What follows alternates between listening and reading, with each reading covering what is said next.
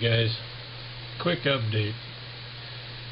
The Frankie Days Battle of Great Britain group build ME109 got a little coat of they call it sky blue, gray, light gray if you will, and see a couple of light spots I need to go over. Need some practice with that airbrush. Oddly enough, that's kind of where this was going. If you're just getting into airbrushing,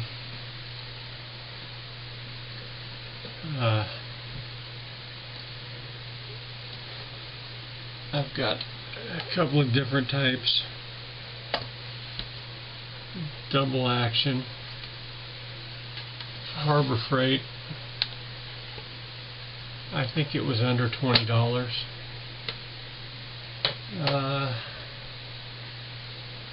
The Wada. This was a gift, dual action. I don't know what those go for now. I think that's the precursor to the Micron, I think. But it's $150, something like that.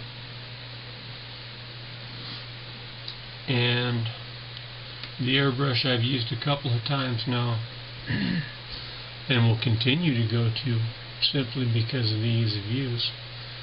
Also comes from Harbor Freight and will set you back a whopping $4.99. I did have to glue the handle on because it seemed a little loose and tended to fall off from time to time. And as I said, cleaning alone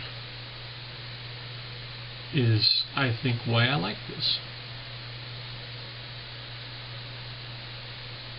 The ease of which it goes back together. It's just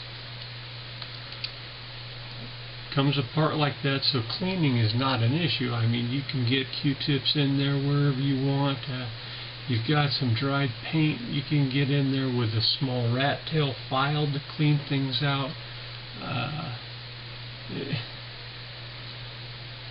Yeah. And I would say the only tool required, and I think it actually came with one, what in the world I've done with it, I don't know. You can snug it down with a little needle, those pliers here at the back. Just a little turn, and that's it. That's pretty much what it takes to tear it down, clean it, get it going again. If it clogged up on you, it hasn't. Adjusting the paint, a couple of turns. I guess maybe the trigger could go bad, I guess, if that spring wore out. Maybe the seal in there, and God forbid that happened, you would have to scrimp and save $4.99. You might have to go recycle some aluminum cans, for crying out loud.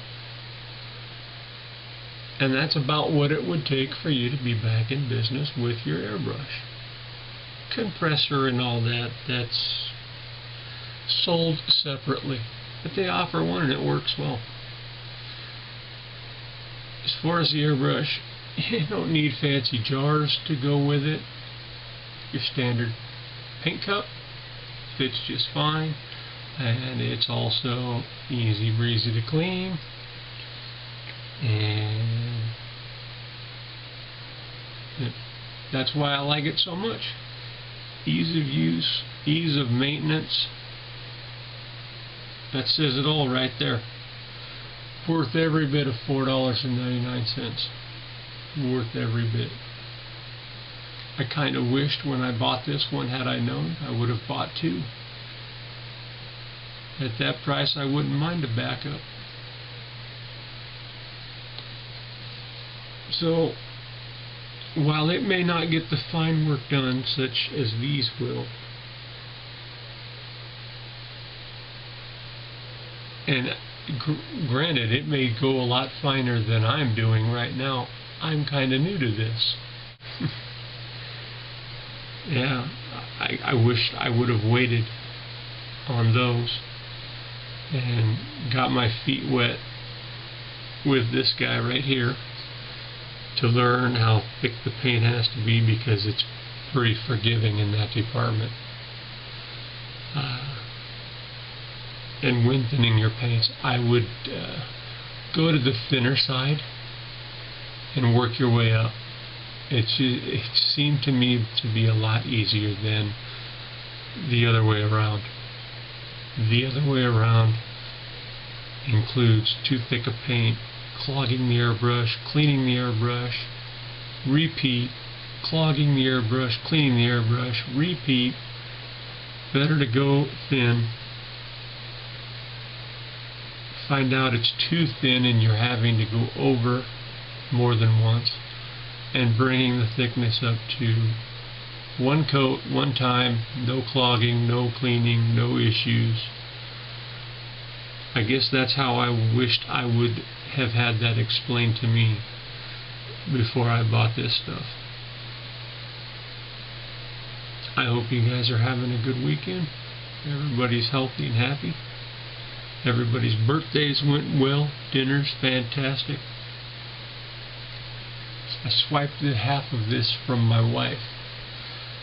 It works miracles in opening up testers, jars of paint that have hardened up. My old hands can't do it anymore if they've started to get brittle.